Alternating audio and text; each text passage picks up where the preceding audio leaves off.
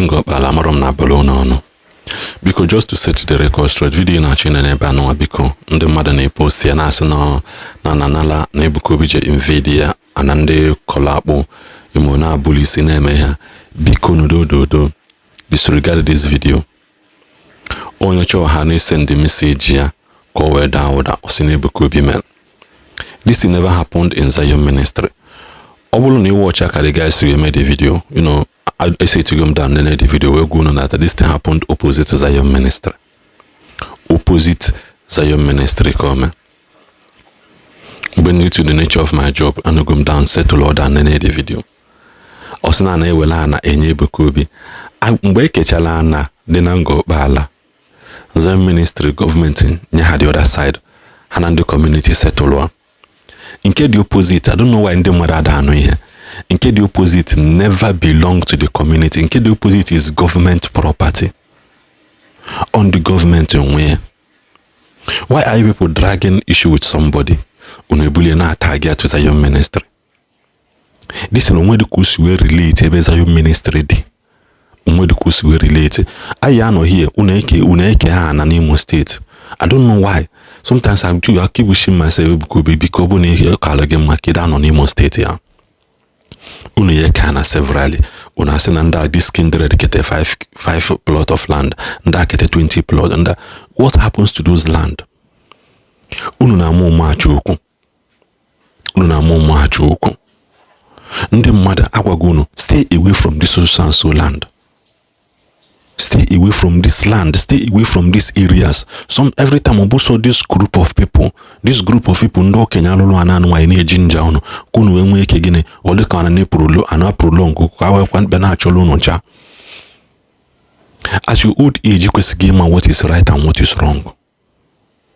Kituna drag you Ebuka Obi into the land issue with another separate individual no long way. Something you should be having your case with government. This issue you channel it to the government as a government, you know, and what is this every time Ebuka Obi melononka, Ebuka Obi nalononka, Ebuka Obi mononka, while this thing never happened in Zion ministry ground. Happen na government aka, unujere invade na government na ako yagbo, mwe government biazia. Unaswa na emeja odo na eme ononka, mana this warning has been issued from day one. Stay away from government property. Unada ano ye. Ngwana no. Kaifu na ebo ye end. Kodukwan.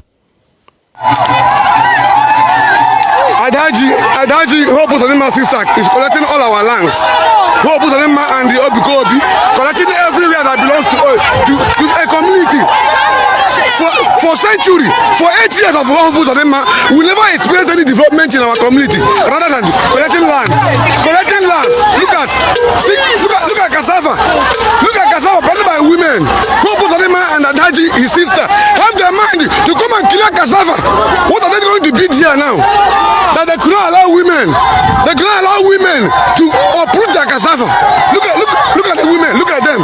Look at them crying. Look at them crying over their farmland. Look at them crying. Adaji Hope Usanima sister collecting all the whole lands, giving to Ebuka Obi and the Hope Usanima. See women, see cassava. Hope Usanima and Adaji has the mind to bring bulldozer to bulldozer cassava. Women suffer to plant. Look at this. See women crying. See women cry over their land. Laying curses on them. Laying curses on Hope Usanima and Adaji. Adaji Hope Usanima sister collecting people's land, collecting our community land. For 8 years of Hope Usanima have never given us light, no water, no facility, no government presence in our community. Only to collect our land, give to Ebuka Obi, give to Adaji. See Adaji now have the right to bring bulldozer. See cassava. They never put it. Adaji has a mind to bring bulldozer cassava. See cassava. See women with the cassava. Bulldozer carry the cassava. See it. Lejapu. This is Japu cassava. See Japu. Women suffer to plant. See women. See women run on the ground. Look at women run on the ground. Adaji, Hope Usanima sister. See Hope Usanima sister. and build filling station. They want to come and build a estate opposite Ebuka Obi estate.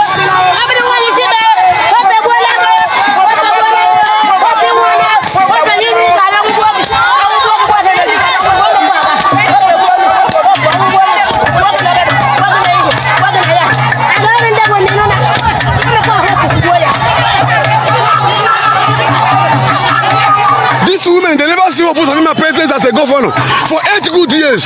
Hope will never do anything for them to come and bulldoze their farm. Look at this, see cassava, they suffer and cultivate. See.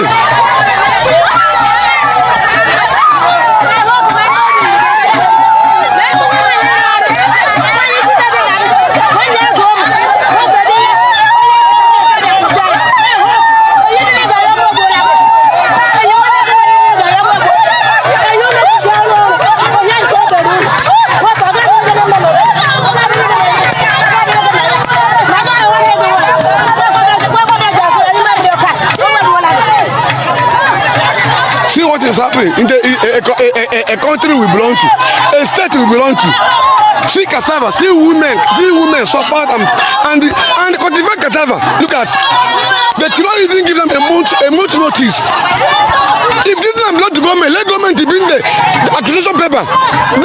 The essence of this community is not even aware. Even our brother could not even notify his essence. See what is happening in their community. Look at, see women crying. See cassava, they uproot everywhere. Allah about bulldozer anymore. Governor Arobu not them, attaching Arobu. When they come governor. One day we must die. Everybody must die in this country, in this world. They must die. All of us must face off and face God. See what they're doing. See cassava. Adaji has a mind to bring bulldozer to bulldozer people's farm. Because of they're enjoying people's money. She's enjoying people's money. Don't die. No, madam, it's okay. You will not die. God must only see you through. See people's farm. See women's farm. Look at the one.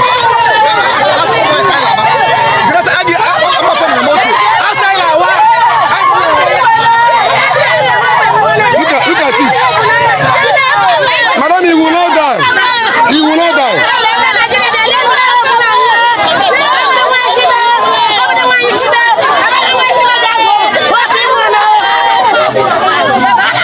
Look at women's farm.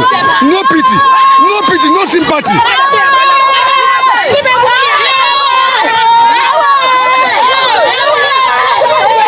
See.